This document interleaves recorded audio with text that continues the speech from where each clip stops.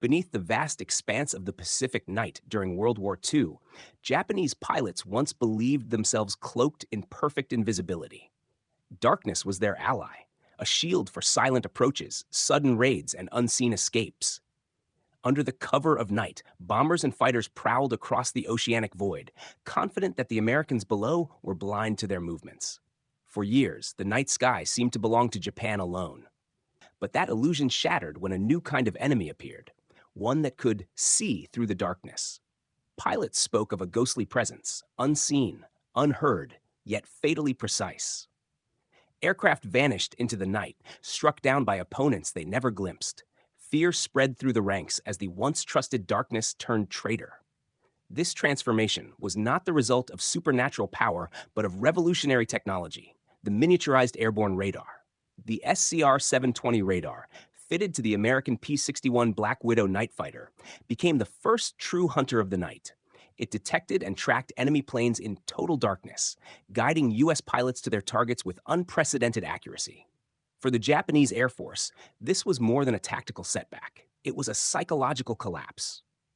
Where the night had once promised safety, it now meant exposure. Japanese pilots who once slipped confidently through moonlit clouds now faced an invisible predator that struck without warning.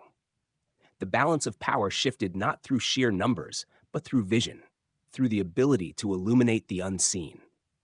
The Black Widow and its SCR-720 radar marked a technological turning point in the Pacific Air War.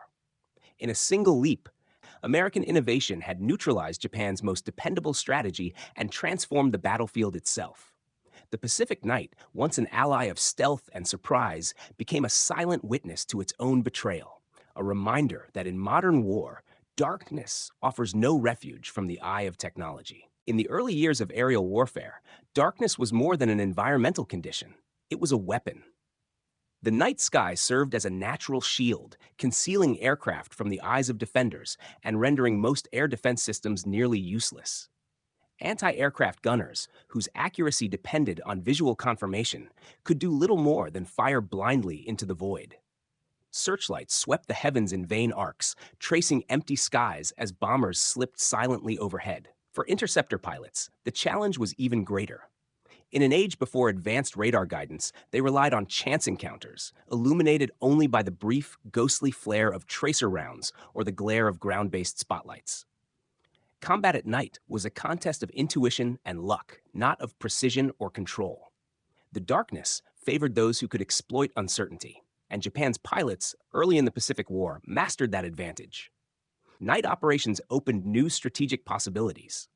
Under the cover of darkness, aircraft could strike supply depots, harbors, or isolated outposts with minimal resistance.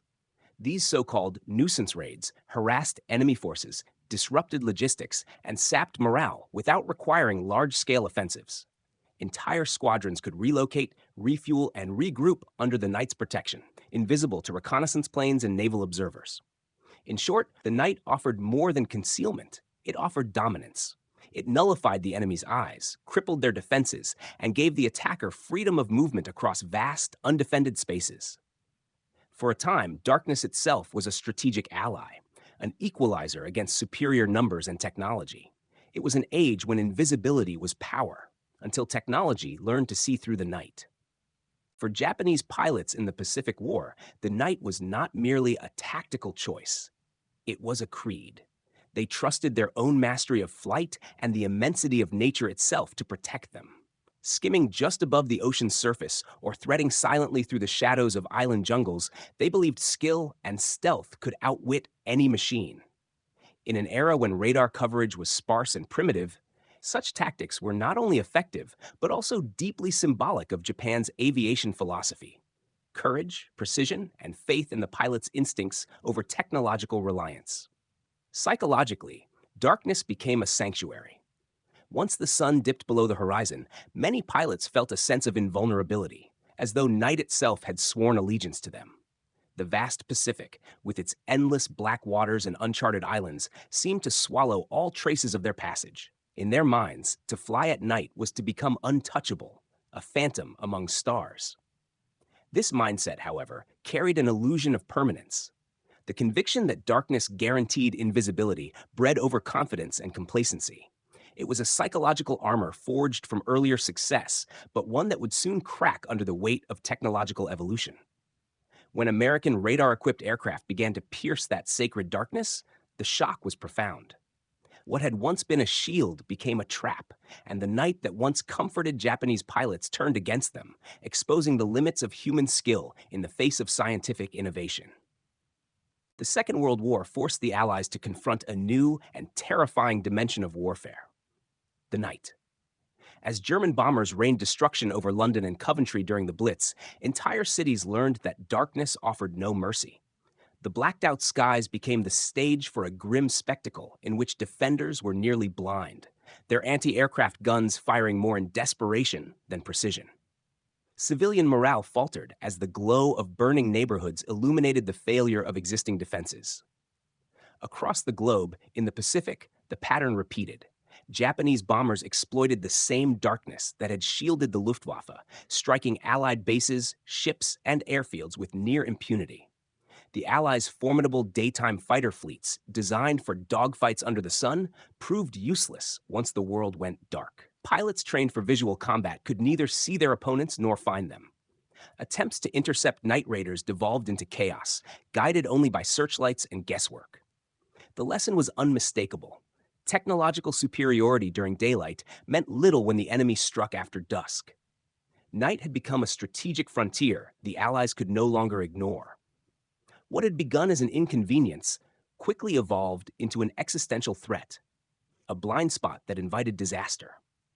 Out of that urgency grew a desperate quest for a new kind of weapon, an aircraft that could fight and win in the dark, guided not by sight, but by science. The creation of the SCR-720 radar marked one of the most transformative achievements of World War II, the moment when human ingenuity finally conquered the darkness. Yet its birth was anything but easy. Early radar systems were massive, lumbering arrays of tubes, coils, and transmitters, technological giants that could barely fit onto a ship, much less into the narrow fuselage of a fighter aircraft. The challenge was immense: to shrink an entire ground-based detection network into a machine no larger than a pilot's seat, without sacrificing range, accuracy, or reliability.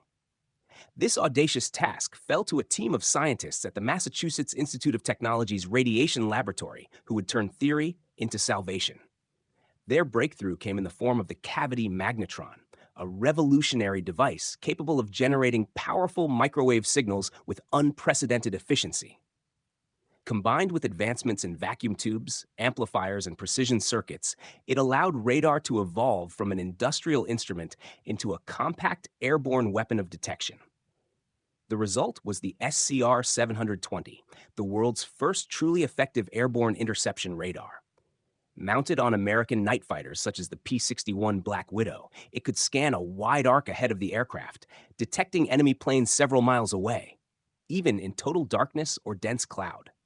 The radar operator, seated behind the pilot, interpreted ghostly green traces on a small cathode ray screen, transforming invisible motion into clear, tactical information.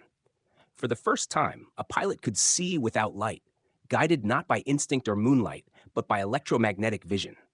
The SCR-720 turned the fighter into a hunter of shadows, embodying a new era in warfare where electrons, not eyesight, defined victory. It was the moment when the balance between man and machine shifted, and the night itself became a battlefield illuminated by science. The Northrop P-61 Black Widow represented a radical departure from conventional fighter design, not an adaptation, but a revolution. Unlike the modified day fighters, hastily converted for nocturnal duty in earlier campaigns, the P-61 was conceived from the outset as a true night fighter, purpose-built to operate in darkness. Every line of its design reflected that singular mission. To carry the weight of the SCR-720 radar, a crew of 3, and the fuel needed for long-duration patrols, the aircraft required both size and power. Its twin Pratt & Whitney R2800 engines provided the thrust necessary to sustain heavy loads and maintain performance at high altitude. The distinctive twin-boom configuration gave the Black Widow remarkable stability in flight, a crucial asset for radar-guided interception, where precision mattered more than speed. But it was not merely a flying laboratory. It was a hunter. The P-61's armament was devastating. Mounted in the belly were four forward-firing 20mm Hispano cannons, capable of shredding bombers in seconds. Above them sat a remote-controlled dorsal turret armed with 450 caliber Browning machine guns, a design that allowed flexible engagement from multiple angles while keeping the crew protected inside the pressurized cockpit. The Black Widow combined brute force with technological sophistication, blending radar-guided interception with overwhelming firepower. In many ways, it embodied the transition of air warfare from the age of intuition to the age of instruments, a machine built not just to fight in the night, but to dominate it. What made the P-61 Black Widow truly lethal was not only its machine or radar, but its crew, a finely tuned human system of coordination, discipline, and trust. Unlike the lone wolf fighters of daylight combat, the Black Widow required 3 men to function as one. Each role was distinct, yet inseparable from the others. Together, they transformed the aircraft into a single thinking organism built for night warfare. At the controls sat the pilot, the muscle and reflexes of the team. He flew through total darkness, guided not by sight, but by the disembodied voice of his crewmate behind him. Ahead lay only the dim glow of instruments and the unseen sky. Every climb, turn, or dive was executed on command, not intuition, a reversal of the traditional pilot's independence. Behind him, in the cramped rear compartment, the radar operator, RO, became the true eyes of the aircraft. Bathed in the eerie green light of the CR-720 display, he interpreted the faint arcs and blips that marked enemy aircraft miles away. With calm precision, he issued quiet directions. Turn left 5 degrees, target high, closing fast, transforming invisible data into lethal action. It was a form of dialogue between man and machine, in which seconds determined survival. On certain versions, a gunner completed the triad, controlling the remote-operated turret perched above the fuselage. From this elevated station, he could track and destroy targets that slipped past the pilot's guns, adding a layer of protection and aggression that made the Black Widow unmatched in the night skies. Together, these 3 men embodied the intersection of human cooperation and technological evolution. The P-61's effectiveness did not rely on raw speed or armor, but on the flawless synchronization of intellect, instinct, and innovation. Proof that in the darkness of war, victory belonged not to the solitary hero, but to the unified crew who could see what others could not. The hunting process aboard the P-61 was a study in calculated patience and coordinated precision. The radar operator, RO, scanning the SCR-720's faint traces, would acquire a contact and choreograph the intercept, vectoring the pilot to exploit the enemy's geometrical blind spots, from astern or beneath where defensive fire and visibility were weakest. Approaches were methodical and silent, often conducted at altitudes and angles that minimized the target's chance to detect the attacker until it was too late. The pilot, trusting the RO's readouts rather than his own eyes, held fire until the final, terrifyingly close moment. Engagement occurred at pistol-range distances by aerial standards, a burst of concentrated cannon and machine gun fire intended to destroy quickly and decisively. This interplay of electronic detection and disciplined restraint transformed night fighting from a chaotic gamble into a lethal, almost surgical occupation of the darkness. A typical first encounter in the night skies over the Pacific unfolded with chilling simplicity. A Japanese bomber, perhaps a Mitsubishi G4M Betty or a reconnaissance Dyna, cruised calmly through the darkness, its crew confident in the silence and safety the night had always promised. Below, the ocean shimmered faintly, and above, only the stars bore witness. They heard nothing. They saw nothing. Then, without warning, the illusion shattered. A sudden eruption of 20mm cannon fire ripped through the fuselage, tearing metal and igniting fuel tanks in a single, devastating burst. Flames consumed the aircraft before the crew could even comprehend what had happened. There was no enemy in sight, no tracer stream to follow, no warning of pursuit, only destruction from an unseen assailant. To those few who survived long enough to glimpse the cause, it seemed like a phantom attack, a ghost in the night. In truth, it was the Black Widow, guided unerringly by radar, striking from below or behind where the bomber's gunners could not see. The Japanese faith in darkness as a shield crumbled in those moments, replaced by a haunting realization: the night was no longer theirs. It had become the realm of a new predator, one that saw without light and killed without being seen. The emergence of radar-equipped night fighters produced not merely a tactical setback for Japan, but a doctrinal collapse. The long-trusted invisibility cloak of darkness, once regarded as an unassailable ally, was abruptly and violently stripped away. The night, which had offered sanctuary for years, turned treacherous almost overnight. Pilots who once took off with quiet confidence now flew into a void where unseen enemies prowled. Traditional night-flying tactics, low-altitude approaches, silent formations, and reliance on darkness for concealment were rendered obsolete within weeks. Japanese aircraft began to vanish without trace, their loss rates during nocturnal operations climbing to inexplicable levels. Entire squadrons returned home diminished or not at all, leaving baffled commanders to search for answers in superstition rather than science. At first, the Imperial Japanese military refused to believe in a technological explanation. Reports of aircraft being destroyed in clear darkness were dismissed as coincidence, bad luck, or perhaps the work of unusually skilled Allied interceptors who had somehow guessed the flight paths. But denial could not conceal the truth for long. The unseen precision of the attacks revealed that the Allies had achieved what once seemed impossible. They had made the night visible. The shock went deeper than tactics. It struck at the very foundation of Japanese air doctrine, the belief in human skill, courage, and the protective vastness of nature. Now those virtues were powerless against an invisible science that saw through both darkness and pride.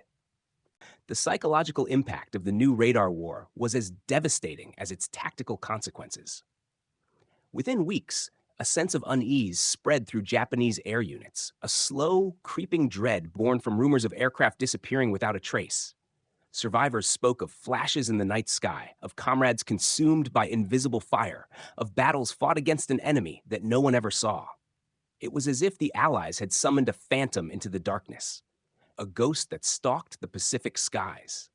The idea of the invisible enemy became an obsession. Pilots whispered about an unseen force that could find them anywhere, a weapon that rendered skill and bravery meaningless. They had once believed the night protected them. Now it betrayed them. Every shadow, every flicker of lightning on the horizon carried the possibility of death. The terror was not just physical, but existential, a collapse of the mental framework that had sustained their confidence and discipline. How do you fight an opponent you cannot see, but who can see you perfectly? That question, unanswerable in tactical manuals, ate away at morale faster than combat losses ever could. Pilots began refusing night missions, citing engine trouble or weather, their courage undermined by the sense of helplessness that no amount of training could erase. In the end, the darkness itself, once their oldest and most trusted ally, turned against them.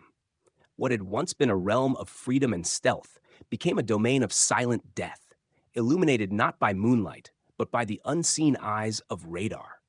It was a transformation that marked not only the end of an era in aerial warfare, but the beginning of psychological warfare through technology, where fear itself became a weapon as potent as fire. The partnership between the SCR-720 radar and the P-61 Black Widow transcended the boundaries of traditional weaponry.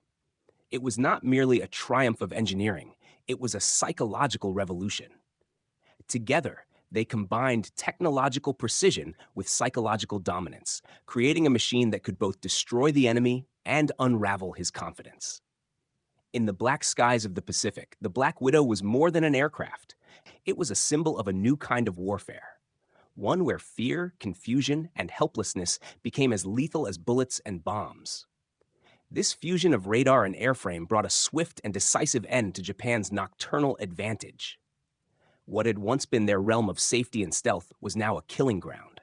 The Black Widow's ability to detect, stalk, and annihilate targets in total darkness shattered Japan's faith in its own doctrine and tactics. Pilots who had once trusted the night to hide them now faced it with dread. Their strategies collapsed, morale disintegrated, and the very idea of night operations became synonymous with death.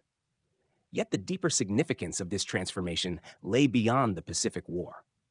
The Black Widow and its radar heralded the end of an era, the close of a time when victory in the skies depended on eyesight, reflexes, and courage alone. In its place emerged a new order, the age of electronic warfare. From that point forward, the decisive factor in battle would no longer be who could see better, but who could see without being seen. The night fighter's unseen gaze marked humanity's passage into a new kind of conflict, one ruled by information, invisibility, and the quiet supremacy of science over instinct.